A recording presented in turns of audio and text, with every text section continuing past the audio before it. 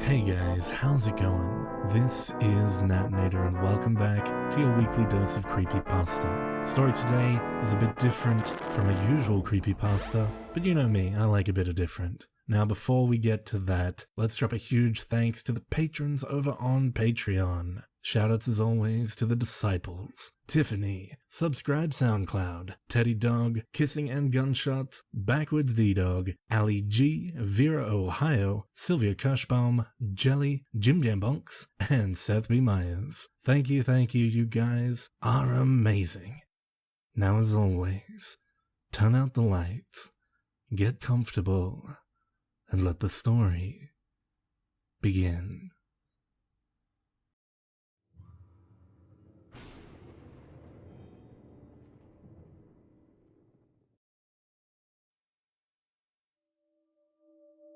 The demon looked much as I expected it to.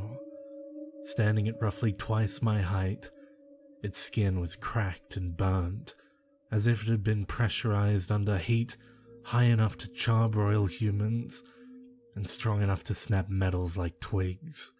Though hunched over, its vestigial wings flapped futilely as it threw itself against the barrier of table salt I'd scattered around it. All 8 of its compound eyes, blinking in confusion, and finally, understanding. Good evening. It seems I am at your beck and call, O mighty summoner. Bowing with overemphasized courtesy, the demon licked its lips with both of its tongues, not once taking its eyes off of me. What is it that you wish? Money? Vast fortunes that rival the greatest of the powerful and wealthy men that rule your world? Yes, you'd like that, wouldn't you? Oh, but no, perhaps not. Power is what you crave. The power to shape your own destiny, to take your life into your hands and drive before you all those that have done you wrong. Power to challenge your own weakness. Or perhaps something else. Romance. Love. Naked lust. That's what you want, isn't it? A selection of the finest skins for you to drink and eat your fill from speaking in metaphor. The demon prattled on, finally falling silent as I said nothing at all, simply watching it. And watching. And watching. Finally, it began to pace around in the circle it was trapped in, nervously, its spade-like tail swishing back and forth nervously, and its eyes no longer to keep step with my own. Occasionally it opened its mouth to speak, but my silence took it by the throat and strangled the words from its lips, and my guest remained quiet as well, uncertain and unnerved. Finally, it spoke. Don't you have some sort of command for me? I can't imagine you brought me into your world simply to stare. But its courage was beginning to break. I could already see the creature beginning to think. This wasn't how things usually went. By now, most would have made their demands, petty and useless things that were as ephemeral as anything else in this world. I wanted something else entirely, something more interesting. Slowly I permitted myself the luxury of a smile and began to speak. The demon relaxed visibly, its shoulders sagging into its skin. Yes, I want you to play with me. I want to have fun today. If it were possible for skepticism to be in the lightning-like eyes of the demon, then all of them blinked in disbelief, like parapets of obsidian and silver. Tilting its head to the side, the demon coughed nervously, wringing its hands together while searching for words it couldn't find. That's quite the request you got there. I'll definitely want, blood. Soul, is that really all you want? Absolutely nothing else. Yes, that is all. Damn, well, I don't normally do this, but consider this on the house, because I'm feeling courteous. Don't expect this to become a regular occurrence, though. Well then, Summoner, no need for these circles, right? Since we have a deal. Already, my boots were kicking the salt out of the way, and the demon capered toward me, stretching to its full height, with a crack of bone and leather. It reminded me of an unusually tall dog, in the way it seemed to savor being free of the confinements of my summoning wards, leaping and frolicking around the room, before settling before me in another low bow. Yes, well then, fantastic to meet you. I'll be your companion for the day, and have you laughing in the time it takes to build a castle from sand. So, what do you humans usually do for enjoyment in these times? Perhaps we shall string some servants from the balustrade, and frame others for our cruelties. Or we could plant seeds that grow twisted and fell, nurturing the hatred in the hearts of others. Yes, best of all, we could spread nasty words that give people hurt feelings on your human intranets. Cackling to itself, the demon looked at me expectantly, eager to cause mischief and so panic. I scratched the back of my neck. I suppose we could go for a walk. I like walks. The demon looked nonplussed as we left my large house in the countryside and stepped into the cold morning air. Being a demon, it wasn't too fond of the chill, so I let it borrow 2 of my coats before we left the house. It looked ridiculous. Its leathery red-orange skin wrapped in coats that didn't fit any of its limbs. But at least it didn't shiver every other step. I live a little ways from town. Takes perhaps 50 minutes to walk there. Though the walk is nice and refreshing, birds were singing, and I admired the solitude. Sometimes, constantly darting from to and fro with a look of awe and confusion atwixt its eyes. The demon lunged at songbirds and clambered up trees, spider-like limbs tearing chunks of tree skin and resin from them as it scampered into high canopies and stared into the world around it. I could hear it yelling excitedly, listening to the echo of its own voice, then jumping from the top of trees and landing on all fours. This is great.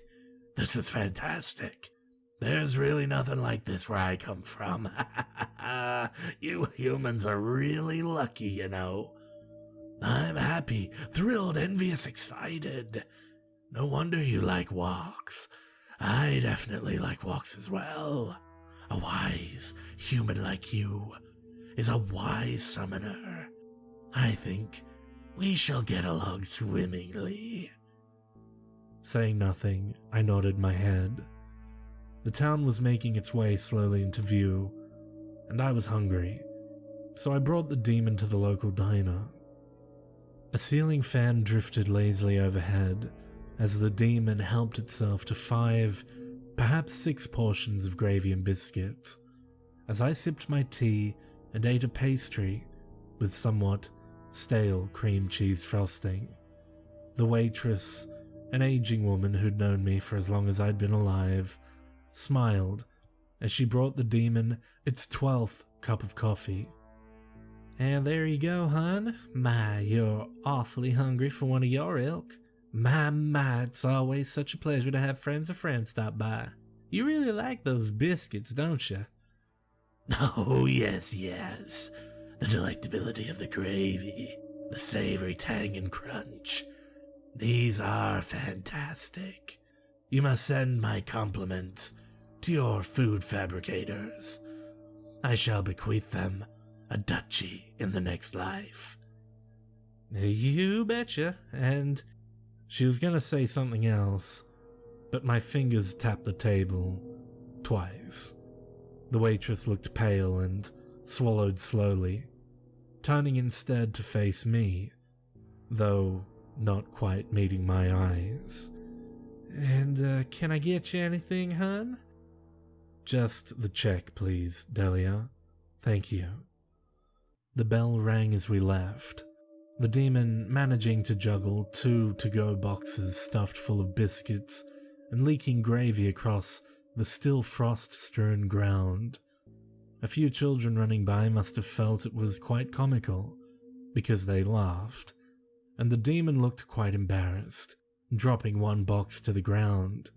Its face briefly became a mask of misery, though it tried its best to hide it. "So, summoner, where to now? Perhaps a lake of fire, that we might look at the tar and pitch bubbling from within? No, a lake of ice that glistens with the stillness of 1,000 dead, and a silent moon hanging from far above." Close enough. The lake was still a little icy, even though it was perhaps halfway into spring. This wasn't surprising to me, as the town in which we lived is pretty rural and could be considered somewhat rough by folks from the city proper. There were a few benches around the lake that you could rest on, or admire the geese and swans from, but the real reason I'd brought the demon here was the playground. Aging and rusty as most everything where I lived, the swings still worked, though I'm not that young anymore. I'm pretty short and pretty small enough to fit into the swings at least. I did so, and stared at the demon staring at me. "Push me," I intoned, and the demon realized the purpose of the swing. I let my legs dangle over the side and just forget about the world for what seemed like hours, but was in reality only minutes. The sky had began to drift toward noon and was too bright, my eyes half shutting every time the swing went higher. From below, I could hear the demon shout something excitedly, but I wasn't really listening. This too would come to an end eventually, after all. Finally, the demon stopped, and the swing stopped, and I fell back to earth. My half-boots skidded across the ground, causing chunks of frosty soil to leap from the ground as if escaping from my presence. The demon leapt in front of me, smiling with all 4 of its rows of jagged teeth. "Oh, that looks fun. That looks really, really fun. You should push me. You should definitely push me." I did, of course, listening to the demon hoot and holler, and then fall silent as it thought about whatever demons think of when they're halfway between the earth and the sky. There were other things in the playground: a slide set, a climbing hiding cave, a sandbox, but they were all too small, even for I. Now the day was late, so I motioned for the demon, and it instantly disappeared from the swing in midair in a puff of sulphurous smoke, reappearing at my side with an expectant smirk. "Yes, oh monosyllabic one, did you have a command? Or did something deviously entertaining enter your mind? Perhaps we should go acquire more of what you humans consume for food, yes?" The demon looked at me expectantly, and once again it was half right. Though it wasn't late enough for anything to eat, I did plan to go shopping again. Today was a good day for it. It always took me a while to find the bookstore, not because it was particularly hidden, but simply because I have sort of a mental block, if you will. The moment I set foot in such places, I'm lost for hours, and time is the only thing I really value. Time is what allows us to do great things, to create, to work, to play, to live. But time is also what I manage the worst, and whenever I enter a bookstore, all I can think of is the smell of paper and the feel of pages and perhaps coffee and quiet, save for the chatter of children and the questions of others milling about on their own, in couples, in groups. As for the demon, it seemed quite confused, though not unhappy, with the purpose of the bookstore. It realized enough not to clamber up the shelves and spill books from their perch, which was good, but it seemed not to be interested in the books so much as the people there, watching them intently as they went about their business. No, perhaps it seemed surprised by the fact that people didn't seem to care at all about it, besides a few off-kilter stares at its eyes, bugged out and off-kilter. Summoner, why isn't anyone afraid of me? Am I not terrifying? Am I not mortifying? Do not the people of this world still fear those that dwell beyond? My eyes drifted from the page of a novel I was reading, a thriller romance with mystery elements. It was pretty bad and I wasn't interested in buying it, but I liked the cover illustration. No, not really. No one much cares about anything but themselves. The demon asked several other questions, but I'd already ignored it and set about finishing my book. Halfway through, I placed it back on the shelf, and noticed that the demon had already found several books which it had snuck into the remaining box of food from earlier. Gravy sloshed from the pages, and the demon once again looked embarrassed, but hopeful. It opened its mouth, and I already nodded curtly, and then, after thinking about the rest of the evening, threw in a small candy bar as well. After all things considered, it was only appropriate. The demon consumed its chocolate slowly as we made our way home. It didn't want to eat the dark chocolate and lavender confection quickly, but it was salivating with every step, clearly pleased to the point of madness with the treat. It may or may not have been talking to me, but I was lost in thought. Not lost enough to hear a question, asked plaintively. So then, what shall we do for the evening, Summoner? You seem to have had exquisite plans so far, so I have no complaints, save that this too must come to an end. Lead the way, and I shall follow. My head bobbed up and down, yes and affirmative. I was already thinking about what I had purchased from the bookseller, or more accurately drawn from storage. The look of unpleasant acquiescence on the bookseller's face as he handed me the package, heavy enough to carry in one hand, yet so cool to the touch once removed. It was one of many, of course, but this one was new, and I was eager to break it in. For the rest of the day, I thought we'd just watch television. Very well. The demon sounded noticeably disappointed, its tail falling to the ground and its eyes downcast. To be honest, I'd feel that way as well. I don't really like television, or anything too reactive, but I'd made my decision. Or perhaps it had been made for me. My living room had one television, one sofa. The demon sprawled itself out and flicked through channels idly, eventually settling on a stand-up comedy show with some people who had been popular 5, perhaps 10 years ago. I'll be in the kitchen. Is there anything you want for dinner? Are you asking me? How very nice of you. Confusion wavered in the demon's voice, as well as genuine surprise.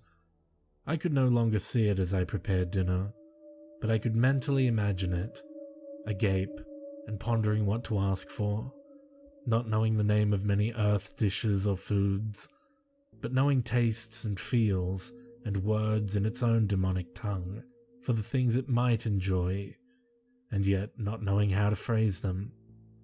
The kitchen smock I'd put on covered most of my body as my knife cut and hacked. By the time the demon had regained some semblance of conversation, I'd already finished a meal of fried herring and tomatoes, cut greens and lettuce and radish, and thick rye crackers. We ate in silence, the demon stuffing food into its face with joy at every bite. I half lie. The demon was trying to talk as it ate, but failing at both. I finished before it, and watched it finish the last of its food with silent eyes. Once again, the demon realized I'd been staring at it, and looked away, chittering to itself. My clock struck 8, precisely 12 hours from when it had been called into this world. Well, this is awkward, but I suppose I should go. I nodded, slowly. My skin was covered with sweat. The demon didn't fail to notice, but couldn't understand why. It was really fun. I haven't had this much fun with a summoner for ages. Perhaps ever. Usually you're all such dour people that want to cause harm to others. Makes a real pain to be called forth. I'd go so far as to say, you're the best summoner ever. Isn't that great? Congratulations. Cooing and crooning in the weird susurrations of demon speech, the demon bared its teeth in what was a genuine smile for one of its ilk.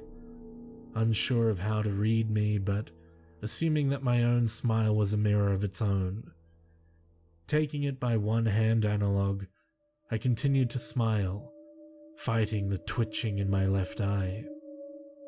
Yes, thank you. How nice. Come with me now. The demon looked confused but nodded, and followed me haltingly up the stairs. I threw some table salt back into the wards from earlier, and they hissed back to life, with just enough room for the demon to step through before I threw the last of my salt, sealing it off. The demon waved, still smiling. Again, thanks, Summoner. I wouldn't mind seeing you again.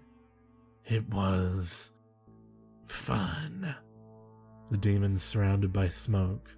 Smoke as dark and ochre-colored as any that had ever graced the earth. But it did not disappear. Shocked, the demon tried once again to dematerialize, only to find the wards had grown stronger and more green around it, as I paced in endless circles, my breathing heavy. It was fun for you, you say? My turn to lick my lips. They were dry with the cold and sweat and anticipation. The demon nodded, slowly, unsure of where I was going. But you, none of you ever keep your promises. My hands began to tremble as I reached into my pocket, fingers curling around the tip of my new package, the cold, iron butcher's knife that sang joyously into my mind as I grasped it by the handle and drew it out. It's never fun for me. There was no time for a look of surprise as I leapt forward and lacerated the demon limb from limb. Chop, chop, hack, hack. Demon blood gushed from multiple wounds as the light in the eyes of the demon went from confused to horrified to quiet, clouded over with grey webs that would never light again. As the seals of the wards faded away, I knelt over the crumpled demon and sawed and hacked away its sinews and bone. Every few moments I stopped, wiped the sweat from my brow and the blood from my smock, and took a piece downstairs. The garbage disposal hummed on, hungry and monstrous, an abomination of steel and progress, eager to devour and consume. The crackle of demon skin, as metal teeth ripped through it, was met by the gurgle and snapping of bone. After every round of disposal, I'd let the tap water flow, washing away the grimy black bile of the demon's blood, and carrying away any trace that it had been there. Finally, I was done. Removing the smock from my waist, I let it drop to my attic floor and sighed, and resisted the urge to cry. All I wanted, all I ever want, is a day that is fun for me. Why do all the demons I summon have to be so selfish? But this next one will be better. I can already feel it in my bones, in my blood. I'm a little tired, but I always am. Almost 8 o'clock it seems.